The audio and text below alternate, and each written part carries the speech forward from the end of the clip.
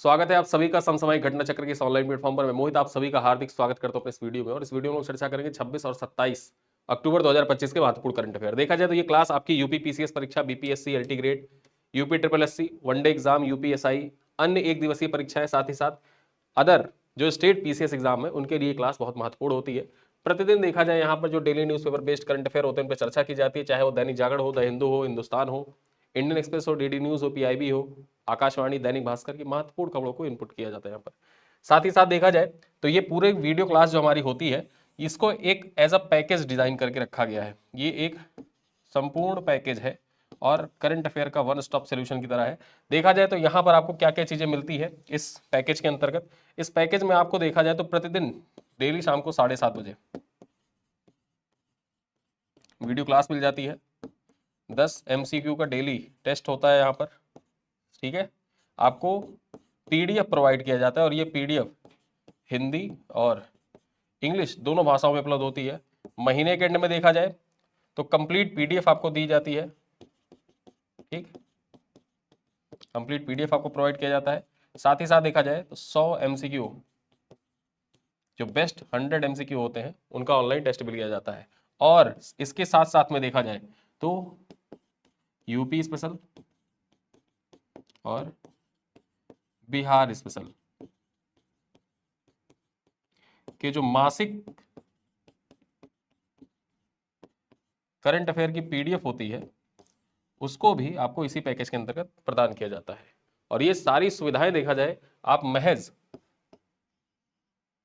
18 रुपये 75 पैसे में ज्वाइन कर सकते हैं। जब आप इस वीडियो के पिन कमेंट को चेक करेंगे तो वहां पर एक लिंक होगा, उस लिंक पर जब आप क्लिक करते हैं तो क्लिक करने के बाद आप हमारी वेबसाइट पर पहुंच जाते हैं। करंट अफेयर अक्टूबर महीने का पैकेज होगा। उस पैकेज में जब आप जाएंगे तो वहां पर मूल्य आपको दिखेगा 25 रुपए, ठीक है।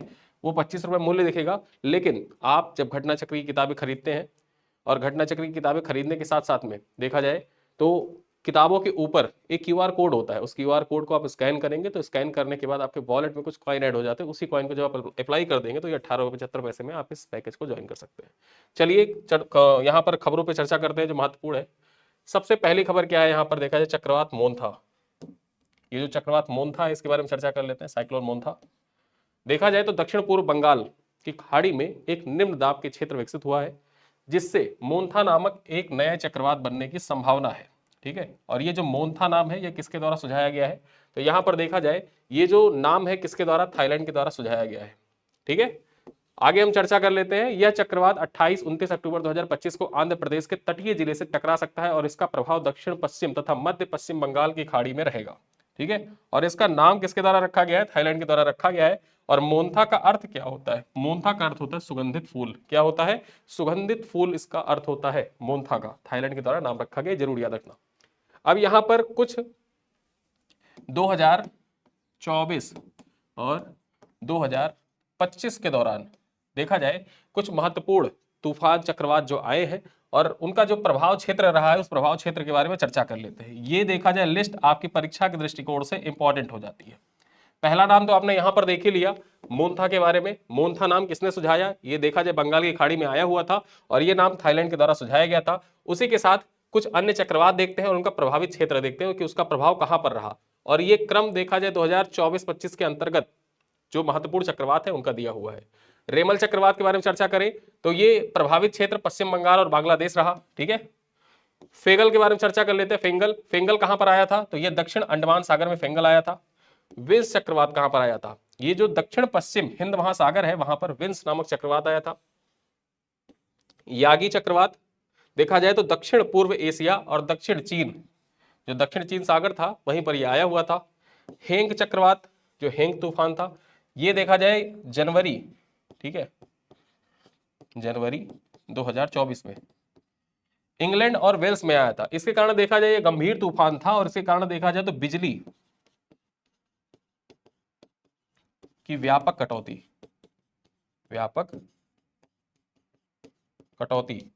इंग्लैंड में हो गई थी, ठीक है। तो यहां पर हेंग तूफान जो था इससे प्रभावित इंग्लैंड और वेल्स रहा था। चक्रवात अल्फ्रेड कहां पर आया था, ये ऑस्ट्रेलिया में आया था, ठीक है। और वहीं पर जो चक्रवात रागासा है ये उत्तरी फिलीपींस में भी आया हुआ था।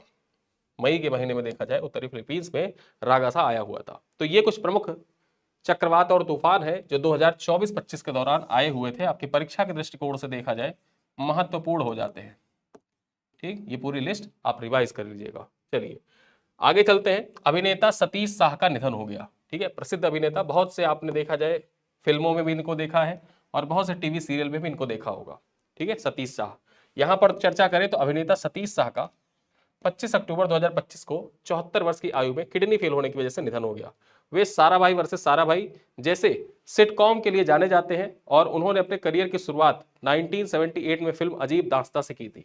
ठीक है, अजीब दास्तां फिल्म थी, उसी से इन्होंने अपने करियर की शुरुआत की थी। 1983 में फिल्म जाने भी दो यारो में डी मेलो का किरदार निभाने के लिए उन्हें याद किया जाता है। जाने भी दो यारो फिल्म थी, 1983 में आई थी और इसमें देखा जाए डी मेलो का किरदार इन्होंने निभाया था और इसी किरदार के लिए इनको याद किया जाता है। अब अक्टूबर माह में कुछ प्रमुख निधन जो हुए हैं उनसे संबंधित जो पॉइंट है उन पर चर्चा कर लेते हैं। आपकी परीक्षा के दृष्टिकोण से देखा जाए महत्वपूर्ण हो जाता है और ये पूरा लिस्ट अक्टूबर महीने का है। ठीक है, पहला नाम तो आपने यहां पर देख लिया, सतीश शाह, अक्टूबर माह में इनका निधन हुआ था। ठीक है, आगे हम चर्चा करते हैं। अक्टूबर 2025 में देखा जाए पद्म भूषण से सम्मानित वैज्ञानिक और भारतीय अंतरिक्ष कार्यक्रम के बुनियाद रखने में शामिल एकनाथ वसंत चिटनिस का निधन हो गया था। ठीक है, वहीं पर जो सिंधी समाज के धर्मगुरु हैं संत शिरोमणि साई चामुंड राय साहब, इनका भी निधन हो गया था। कहां पर? लखनऊ में। ठीक है, लखनऊ में इनका निधन हो गया था। वी.आर. चोपड़ा की जो महाभारत थी उसमें जो कर्ण की भूमिका जिन्होंने अदा की है, कलाकार का नाम क्या था? पंकज धीर। क्या नाम था? पंकज धीर। पंकज धीर का निधन हो गया। ठीक, आगे चर्चा करें। ऑस्कर विजेता अभिनेत्री डायना कीटन का भी निधन हो गया था अक्टूबर माह में ही। देखा जाए अक्टूबर माह में ऑस्कर विजेता रही हैं, अभिनेत्री हैं डायना कीटन, इनका निधन हो गया। प्रसिद्ध अभिनेत्री और शास्त्रीय नृत्यांगना संध्या शांताराम का 3 अक्टूबर 2025 को निधन हो गया था। ठीक है, वहीं पर चर्चा करें पूर्व सांसद और दिल्ली भाजपा के प्रथम अध्यक्ष, ये दिल्ली भाजपा के पहले अध्यक्ष थे, नाम क्या था? विजय कुमार मल्होत्रा। तो विजय कुमार मल्होत्रा जी का भी निधन अक्टूबर में हो गया था। जो बनारस घराना है, बनारस घराना के शास्त्रीय गायक और पद्म विभूषण से सम्मानित पंडित छन्नू लाल मिश्रा का निधन अक्टूबर 2025 में ही हुआ। वहीं पर हम देखें तो पद्म भूषण, पद्मश्री, सरस्वती सम्मान और साहित्य अकादमी पुरस्कार से सम्मानित उपन्यासकार एस.एल. भैरप्पा का भी निधन अक्टूबर 2025 में हो गया था। ठीक है, प्रसिद्ध हास्य कलाकार गोवर्धन असरानी का भी निधन देखा जाए तो अक्टूबर 2025 में ही हुआ। तो प्रमुख जो व्यक्तित्व है जिनका निधन अक्टूबर 2025 में हुआ है, आपकी परीक्षा के दृष्टिकोण से जो नाम महत्वपूर्ण थे उन सभी नामों को यहां पर एक लिस्ट बनाकर आपको प्रोवाइड कर दिया गया है, अक्टूबर 2025 में प्रमुख व्यक्तियों का निधन। ठीक है, चलिए अब आते हैं अगली खबर पर। देखा जाए क्या है, विज्ञान रत्न पुरस्कार 2025 के बारे में चर्चा करते हैं। यहां पर देखा जाए तो महान खगोल भौतिक विज्ञानी है जयंत नार्लिकर। ठीक है, जयंत नार्लिकर, इनका निधन हो गया है। ठीक है, इनका निधन हो चुका है और इनको मरणोपरांत जो विज्ञान रत्न पुरस्कार है उससे सम्मानित किया गया है। मरणोपरांत विज्ञान रत्न पुरस्कार से सम्मानित किया गया है। मरणोपरांत इनको 2025 के लिए विज्ञान रत्न पुरस्कार प्रदान किया गया है। यहां पर देखा जाए तो यह पुरस्कार उन्हें उनके योगदान के लिए दिया गया है जिसमें बिग बैंग सिद्धांत को चुनौती देने वाले स्टडी स्टेट थ्योरी प्रस्तुत करने जैसे कार्य शामिल है, जिसे उन्होंने ब्रिटिश खगोल शास्त्री फ्रेड हायल के साथ मिलकर विकसित किया था। ठीक है, यहां पर स्टडी स्टेट थ्योरी ये बिग बैंग सिद्धांत को भी चुनौती देता था और इसका प्रतिपादन किसके द्वारा किया गया था? जयंत नार्लिकर के द्वारा किया गया था। किसके साथ मिलकर? तो यहां पर याद रखना फ्रेड हायल के साथ मिलकर किया था विकास इसका। ठीक है, और इसी वजह से देखा जाए इनको विज्ञान रत्न पुरस्कार 2025 का प्रदान किया गया है। अन्य पुरस्कार भी प्रदान किए गए। पहले होता क्या था कि विज्ञान के क्षेत्र में शांति स्वरूप भटनागर पुरस्कार तथा अन्य पुरस्कार जो होते थे वो विज्ञान के क्षेत्र में दिए जाते थे। ठीक है, और हुआ क्या कि 2023 में देखा जाए तो ये घोषणा की गई कि जितने भी विज्ञान के क्षेत्र में छोटे छोटे पुरस्कार जो दिए जाते थे विभिन्न क्षेत्रों में, उन सबको एकीकृत कर दिया जाए और एकीकृत करने के बाद राष्ट्रीय विज्ञान पुरस्कार बना दिया गया। ठीक है, राष्ट्रीय विज्ञान पुरस्कार बना दिया गया। जिस प्रकार से जो भारत रत्न है वो नागरिकों को दिए जाने वाले सर्वोच्च पुरस्कार है भारत में, उसी प्रकार से विज्ञान के क्षेत्र में दिए जाने वाले सर्वोच्च पुरस्कार कौन सा है? विज्ञान रत्न पुरस्कार है। ठीक है, अब आगे हम देखते हैं। यहां पर देखा जाए तो विज्ञान श्री पुरस्कार कितने लोगों को दिया गया है? इस बार 8 वैज्ञानिकों को प्रदान किया गया है। वहीं पर विज्ञान श्री पुरस्कार जो है कितने लोगों को दिया गया है? ये रिपीट हो गया है। 8 वैज्ञानिकों को देखा जाए विज्ञान से पुरस्कार प्रदान किया गया है। विज्ञान युवा पुरस्कार कितने लोगों को दिया गया है, यहाँ पर देखें तो 14 वैज्ञानिकों को घोषित किया गया है, 14 वैज्ञानिकों को प्रदान किया गया है। विज्ञान टीम पुरस्कार किसको दिया गया है, तो यहाँ पर CSIR एरोमा मिशन टीम जो थी उसको प्रदान किया गया था। और पहले किसको प्रदान किया गया था, जो चंद्रयान 3 की जो टीम थी, देखा जाए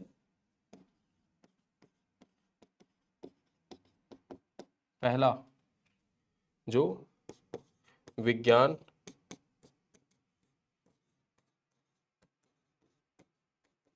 टीम पुरस्कार था प्रदान किया गया था। ठीक है, जो विज्ञान टीम पुरस्कार पहला वाला था वो किसको दिया गया था, वो चंद्रयान 3 की टीम को प्रदान किया गया था। और इस बार किसको दिया गया है, CSIR एरोमा मिशन टीम को प्रदान किया गया है। राष्ट्रीय विज्ञान पुरस्कार की शुरुआत कब हुई थी, तो 2023 में हुई थी, 2023 में हुई थी। और अनंत पद्मनाभम को पहला राष्ट्रीय विज्ञान रत्न पुरस्कार से सम्मानित किया गया था। ठीक, इस बार किसे दिया गया है, जयंत नार्लिकर को दिया गया, मरणोपरांत ये अवार्ड प्रदान किया गया है। चलिए आगे चर्चा करते हैं। पहली महिला आर्क बिशप ऑफ कैंटबरी। अब ये जो पहली महिला आर्क बिशप ऑफ कैंटबरी है, इनके बारे में चर्चा कर लेते हैं। यहां पर देखा जाए सारा मुलाली, क्या नाम है इनका, सारा मुलाली इनका नाम है, 63 वर्ष की इनकी आयु है और चर्च ऑफ इंग्लैंड की पहली महिला आर्क बिशप ऑफ कैंटबरी नियुक्त हुई है। ठीक है, पूर्व देखा जाए पूर्व NHS चीफ नर्स रही हैं मुलाली, 2006 में पादरी बनी थी और 2018 में लंदन की पहली महिला बिशप के पद इन्होंने संभाला था। उन्होंने सेफ गार्डिंग स्कैंडल के कारण इस्तीफा देने वाले जस्टिन वेल्बी का स्थान लिया है। किसका स्थान लिया है, जस्टिन वेल्बी का स्थान लिया है। और ऐसे स्कैंडल आपकी परीक्षा के लिए इंपॉर्टेंट हो जाते हैं। देखा जाए तो UPPCS 2022 जो टैक्स स्कैंडल था उससे सवाल पूछा गया था करंट अफेयर में। ठीक है, टैक्स स्कैंडल का सवाल पूछा गया था, इंग्लैंड के जो वित्त मंत्री थे उन्होंने इस्तीफा दे दिया था, तो उस सवाल आपके 2022 में UPPCS से पूछा गया था। तो सेफ गार्डनिंग स्कैंडल जो था इसके कारण इस्तीफा किसने दिया था, तो जस्टिन वेल्बी ने दिया था। और इसी के जस्टिन वेल्बी जो थे, इन्हीं के स्थान पर देखा जाए तो सारा मुलाली जो है ये पहली महिला आर्क बिशप ऑफ कैंटबरी बनी है। ठीक है, चलिए देखा जाए यहां पर तो आर्क बिशप ऑफ कैंटबरी के रूप में वे चर्च ऑफ इंग्लैंड के सर्वोच्च धार्मिक नेता और वैश्विक एकलिंगन कम्युनिटी के आध्यात्मिक प्रमुख हो गई हैं। ठीक है, चलिए आगे चर्चा करते हैं आसियान शिखर सम्मेलन। अगली महत्वपूर्ण खबर क्या है, आसियान शिखर सम्मेलन। यहां पर देखा जाए तो आसियान शिखर सम्मेलन में जाना था PM मोदी को। ठीक, PM मोदी को जाना था, लेकिन PM मोदी ने अपनी जो यात्रा थी उसको रद्द कर दी कुआलालंपुर की। और बताया क्या, मतलब मलेशिया के जो PM थे उन्होंने ट्वीट की थी और ट्वीट कर बताया था कि जो दिवाली उत्सव है, दिवाली महोत्सव के कारण देखा जाए गुजरात में इस बार दिवाली महोत्सव 8 दिन का मनाया जा रहा है। तो इस कारण से दिवाली महोत्सव PM मोदी ने जब उनको कॉल किया तो बताया था कि दिवाली महोत्सव के कारण उपस्थिति नहीं हो पाएगी। हालांकि इसके पीछे कुछ अन्य तर्क ये भी है कि ट्रंप के साथ जब तक ट्रेड डील नहीं हो जाती, क्योंकि ट्रंप जो है वो आसियान शिखर समिट को अटेंड करेंगे और जब ट्रंप आ रहे हैं तो ट्रंप के साथ ट्रंप की कोई बातें मतलब ऐसी मतलब हवा हवाई बातें होती हैं, वो कुछ भी कह देते हैं ट्रंप। पता लगा मुलाकात होगी PM मोदी के साथ, फिर वो जाकर कोई कुछ भी ट्वीट कर देंगे अपने ट्रुथ सोशल से। और इसी वजह से देखा जाए जब तक ट्रेड डील नहीं हो जाती है तब तक PM मोदी ट्रंप को अवॉइड कर रहे हैं, ऐसा कुछ विशेषज्ञों का कहना है। कि मैं नहीं कह रहा, ये कुछ विशेषज्ञ कह रहे हैं कि जब तक ट्रेड डील नहीं हो जाती है तब तक ट्रंप को अवॉइड करना चाहिए। ठीक है, कंवल सिब्बल साहब, कपिल सिब्बल के भाई हैं कंवल सिब्बल, उनका ये कहना है। ठीक है, चलिए हम चर्चा करते हैं यहाँ पर कुआलालंपुर में 26 और 27 अक्टूबर को होने वाले आसियान शिखर सम्मेलन में देखा जाए प्रधानमंत्री नरेंद्र मोदी आसियान भारत शिखर सम्मेलन को वर्चुअली संबोधित करेंगे, जबकि 20वें पूर्व एशिया शिखर सम्मेलन जो ईस्ट एशिया समिट होगा उसमें भारत का प्रतिनिधित्व किसके द्वारा किया जाएगा, तो विदेश मंत्री S जयशंकर के द्वारा किया जाएगा। ठीक है, जो विदेश मंत्री S जयशंकर है वो ईस्ट एशिया समिट को अटेंड करेंगे और साथ ही साथ जो भारत आसियान शिखर सम्मेलन है इसको वर्चुअली कौन अटेंड करेंगे, नरेंद्र मोदी के द्वारा अटेंड किया जाएगा। ठीक है, आसियान के बारे में चर्चा करते हैं तो 10 सदस्य देश है आसियान में, कौन कौन, Brunei, Cambodia, Indonesia, Laos, Malaysia, Myanmar, Philippines, Singapore, Thailand और वियतनाम। चलिए आगे चर्चा करते हैं, अगली खबर क्या है, गूगल द्वारा एल्गोरिदम क्वांटम इकोज का विकास किया गया है। एक नया एल्गोरिदम है क्वांटम इकोज, परीक्षा में से पूछ सकता है कि हाल ही में एक नए प्रकार के एल्गोरिदम क्वांटम इकोज का विकास किसके द्वारा किया गया है, जो सुपर कंप्यूटर से 13,000 गुना तेज प्रदर्शन करेगा। तो इसका विकास गूगल के द्वारा किया गया है। यहां पर चर्चा करते हैं पॉइंट्स पर, क्या है पॉइंट, गूगल ने अपने विलो क्वांटम चिप पर नया एल्गोरिदम क्वांटम इकोज विकसित किया है, जो दावे के अनुसार सुपर कंप्यूटर से 13,000 गुना तेज कार्य करेगा। यहां पर हम चर्चा कर ले तो इसका व्यवहारिक उपयोग जो है वो अगले 5 साल में संभव माना गया है, और इस उपलब्धि पर शोध जो है ये जर्नल नेचर पत्रिका जो है उसमें प्रकाशित हुआ है। नेचर पत्रिका में प्रकाशित हुआ है ये जर्नल में कि 5 वर्षों में जो इसका व्यवहारिक उपयोग है वो किया जा सकेगा, और ये सुपर कंप्यूटर से भी 13,000 गुना तेज अपना प्रदर्शन करेगा। एल्गोरिदम है क्वांटम इकोज, किसके द्वारा विकसित किया गया है? गूगल के द्वारा विकसित किया गया है। चलिए आगे चर्चा करें। सऊदी अरब में नए ग्रैंड मुफ्ती की नियुक्ति। अब यहां पर जो नए ग्रैंड मुफ्ती हैं इनकी नियुक्ति की गई है सऊदी अरब में। क्या नाम है इनका? चर्चा करेंगे। सऊदी अरब सरकार ने शेख सालेह बिन फौजान अल फौजान को देश का नया ग्रैंड मुफ्ती नियुक्त किया है। क्या नाम है इनका? शेख सालेह बिन फौजान अल फौजान। ये बने हैं सऊदी अरब के नए मुफ्ती, ग्रैंड मुफ्ती बने हैं, ये सबसे बड़े मुफ्ती यही बने हैं। यहां पर चर्चा करें तो सऊदी के युवराज मोहम्मद बिन सलमान की सिफारिश पर उनकी नियुक्ति की गई है। किसकी नियुक्ति पर? मोहम्मद बिन सलमान की सिफारिश पर सऊदी अरब में जो ग्रैंड मुफ्ती बने हैं वो कौन बने हैं? शेख सालेह बिन फौजान अल फौजान। चलिए ब्रिटिश एकेडमी बुक प्राइज के बारे में चर्चा करते हैं। यहां पर जो ब्रिटिश एकेडमी बुक प्राइज है आपकी परीक्षा के लिए महत्वपूर्ण हो जाता है, मोस्ट इंपॉर्टेंट पॉइंट है ये, ठीक है। यहां पर देखा जाए सुनील अमृत को उनकी पुस्तक का नाम याद रखिएगा, the burning earth and environmental history of last 500 years. ये परीक्षा के दृष्टिकोण से ये किताब का नाम बहुत महत्वपूर्ण हो जाता है। अक्सर आपकी परीक्षा में किताबों के नाम पूछे जाते हैं, उन नामों में देखा जाए तो ये नाम इंपॉर्टेंट हो जाता है, the burning earth and environmental history of the last 500 years. ये आपकी परीक्षा के लिए किताब बहुत महत्वपूर्ण है। राइटर कौन है? सुनील अमृत है इसके राइटर, ठीक है। और यहां पर देखा जाए इस पुस्तक के लिए ब्रिटिश एकेडमी बुक प्राइज मिला है सुनील अमृत को, जो मानव इतिहास और पर्यावरणीय परिवर्तन के अंतर संबंधों पर केंद्रित पुस्तक है। यहां पर चर्चा करें, यह गैर काल्पनिक पुरस्कार जिसका कुल मूल्य, ठीक है, 25,000 पाउंड है, प्रतिवर्ष किसी ऐसी पुस्तक को दिया जाता है जो वैश्विक इतिहास पर गहरी अंतर्दृष्टि प्रदान करती है। पुरस्कार की घोषणा लंदन में ब्रिटिश एकेडमी के द्वारा की गई है। जैसे यहां पर साहित्य अकेडमी के द्वारा पुरस्कार प्रदान किया जाता है, उसी प्रकार ब्रिटिश एकेडमी के द्वारा देखा जाए तो ब्रिटिश एकेडमी बुक प्राइज प्रदान किया गया है। सुनील अमृत की पुस्तक है, किताब का नाम जरूर याद रखना, द बर्निंग अर्थ, ये किताब का नाम है। चलिए आगे चर्चा करते हैं। दुनिया के सर्वश्रेष्ठ उपभोक्ता बैंक व भारत का सर्वश्रेष्ठ बैंक का पुरस्कार किसे प्रदान किया गया है? SBI को प्रदान किया गया है, ठीक। यहां पर चर्चा करते हैं। विश्व बैंक और अंतरराष्ट्रीय मुद्रा कोष की वार्षिक बैठकों के दौरान देखा जाए एक कार्यक्रम में भारतीय स्टेट बैंक जो SBI है, SBI को न्यूयॉर्क स्थित ग्लोबल फाइनेंस से 2 प्रतिष्ठित पुरस्कार प्राप्त हुए हैं। वो 2 प्रतिष्ठित पुरस्कार कौन कौन से हैं? पहला पुरस्कार तो है देश के सबसे बड़े बैंक का, न केवल दुनिया के सर्वश्रेष्ठ उपभोक्ता 2025 का पुरस्कार प्राप्त हुआ है, इसे भारत के सर्वश्रेष्ठ बैंक का भी पुरस्कार प्रदान किया गया है। यानी कि भारत का सर्वश्रेष्ठ पुरस्कार किसको कहा गया, मतलब सर्वश्रेष्ठ बैंक किसको कहा गया है? SBI। भारत का सर्वश्रेष्ठ बैंक किसको घोषित किया गया? SBI को। और वहीं पर दुनिया का सर्वश्रेष्ठ उपभोक्ता बैंक किसको घोषित किया गया है? SBI को ही घोषित किया गया है, ठीक। और ये अवार्ड किसके द्वारा प्रदान किया गया है? ग्लोबल फाइनेंस के द्वारा प्रदान किया गया है। किसके द्वारा? परीक्षा में आपसे पूछेगा कि ग्लोबल फाइनेंस के द्वारा भारत का सर्वश्रेष्ठ बैंक किसको घोषित किया गया है, तो ग्लोबल फाइनेंस के द्वारा सर्वश्रेष्ठ बैंक किसको? SBI को घोषित किया गया है। यह सवाल ऐसे पूछ लिया जाए कि ग्लोबल फाइनेंस के द्वारा दुनिया का सर्वश्रेष्ठ उपभोक्ता बैंक किसको घोषित किया गया है, तो SBI को ही घोषित किया गया है, ठीक है। चलो आगे यहां पर चर्चा करें अगले पॉइंट पर। पहले दलित राष्ट्रपति KR नारायणन की प्रतिमा का अनावरण चर्चा कर लेते हैं। 23 अक्टूबर 2025 को केरल राजभवन तिरुवनंतपुरम में राष्ट्रपति द्रौपदी मुर्मू ने भारत के पहले दलित राष्ट्रपति KR नारायणन की प्रतिमा का अनावरण किया है। यह प्रतिमा उनके योगदान और सामाजिक न्याय के प्रति समर्पण को सम्मानित करने के उद्देश्य से स्थापित की गई है। इस अवसर पर उन्होंने, ठीक है, इस अवसर पर राष्ट्रपति द्रौपदी मुर्मू ने वर्कला स्थित शिवागिरी मठ में संत श्री नारायण गुरु की महासमाधि का उद्घाटन भी किया। श्री नारायण गुरु के बारे में जान ले तो 1856 में इनका जन्म हुआ था और 1928 में इनका निधन हुआ था। प्रसिद्ध संत, दार्शनिक और सामाजिक सुधारक थे जिन्होंने समानता और मानवता के सिद्धांतों पर बल दिया था, ठीक है। तो नारायण गुरु इनका नाम इंपॉर्टेंट हो जाता है, 1928 में इनका निधन हुआ था। चलिए आगे चर्चा करते हैं। देश की पहली रियल टाइम बाढ़ पूर्वानुमान प्रणाली। यहां पर देखें तो देश की पहली रियल टाइम बाढ़ पूर्वानुमान प्रणाली, चेन्नई में देश की पहली रियल टाइम बाढ़ पूर्वानुमान प्रणाली शुरू की गई है।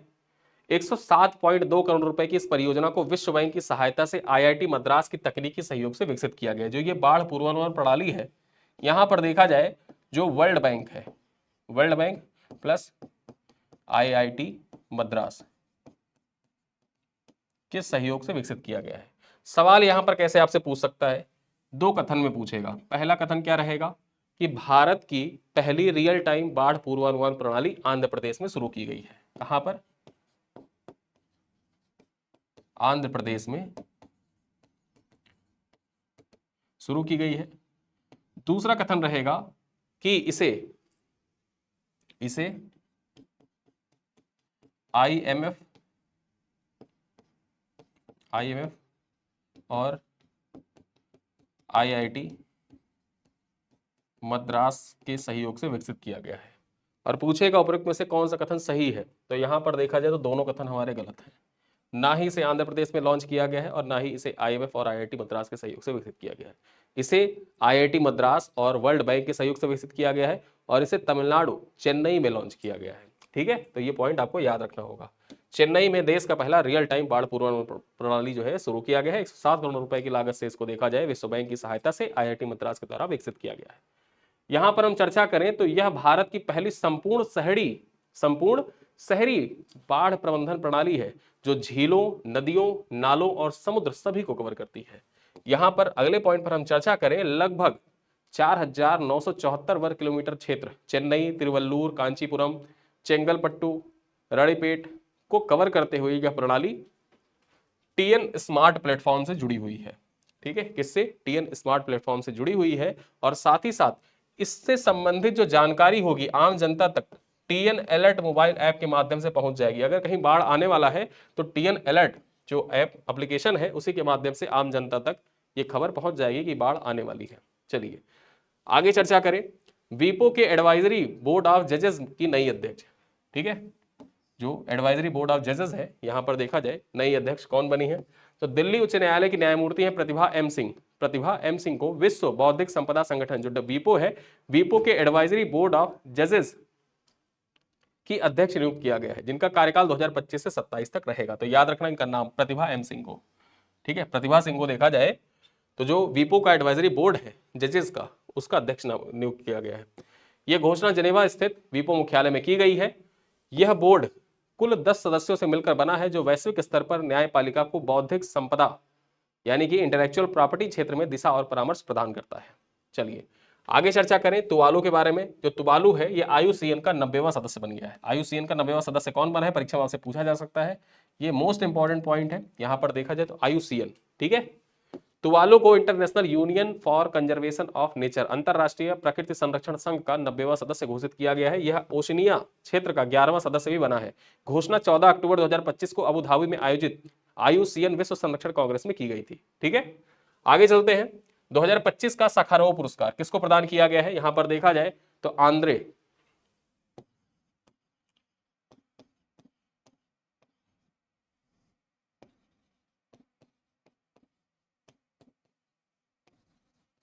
आंद्रे पोचोबुत ये बेलारूस के हैं और माजिया अमागलोबेली ये जॉर्जिया की हैं। इन दोनों लोगों को देखा जाए साखारोव पुरस्कार 2025 का प्रदान किया गया है। महत्वपूर्ण हो जाता है आपके परीक्षा के दृष्टिकोण से साखारोव पुरस्कार किसे प्रदान किया गया 2025 का, तो आंद्रे पोचोबुत जो बेलारूस के हैं और माजिया अमागलोबेली ये जॉर्जिया के हैं, दोनों लोगों को प्रदान किया गया है। इनको अपनी पत्रकारिता व अभिव्यक्ति की स्वतंत्रता, ठीक है, अभिव्यक्ति की स्वतंत्रता के लिए झूठे आरोपों में जेल में बंद करके रखा गया है और इन्हें वर्ष 2025 का साखारोव पुरस्कार प्रदान किया गया है। यह पुरस्कार यूरोपीय संघ का शीर्ष मानवाधिकार सम्मान है जो यूरोपीय संसद के अध्यक्ष रॉबर्टो मत्सोले ने इसकी घोषणा की है। यहां पर चर्चा करें, यह पुरस्कार की स्थापना कब हुई थी? इस पुरस्कार की स्थापना जो हुई थी 1988 में हुई थी और इसकी पुरस्कार राशि देखा जाए तो 50,000 यूरो है। कितना? 50,000 यूरो इसकी पुरस्कार राशि है। आगे चर्चा करते हैं, ट्रेकोमा से सार्वजनिक स्वास्थ्य समस्या के रूप में समाप्त करने वाला 26वां देश कौन बन गया है? तो फिजी जो है, कौन?